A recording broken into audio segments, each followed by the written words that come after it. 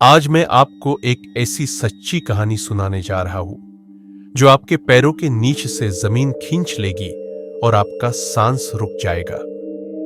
Story चौथाई YouTube channel पर आप सभी का हार्दिक स्वागत है।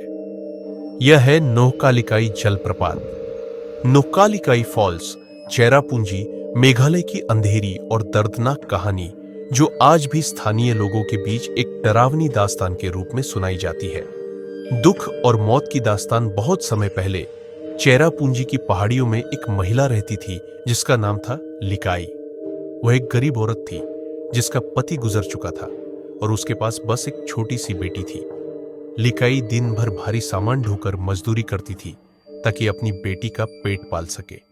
कुछ समय बाद उसने दूसरी शादी कर ली, यह सोचकर कि अब जिंदगी थोड़ी आसान हो जाएगी। लेकिन उसका नया पति लिकाई के अपनी बेटी से गहरे लगाव को सहन नहीं कर पाया।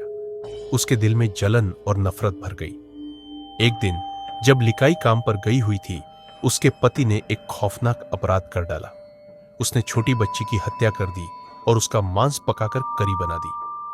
सच्चाई का सामना शाम को लिकाई घर लौटी, थकी मांदी, और देखा कि खाना तैयार है।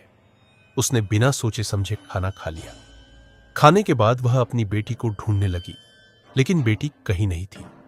जब उसने आंगन में नजर डाली तो चॉपिंग बोर्ड के पास अपनी बेटी का कटा हुआ हाथ और सिर पड़ा देखा।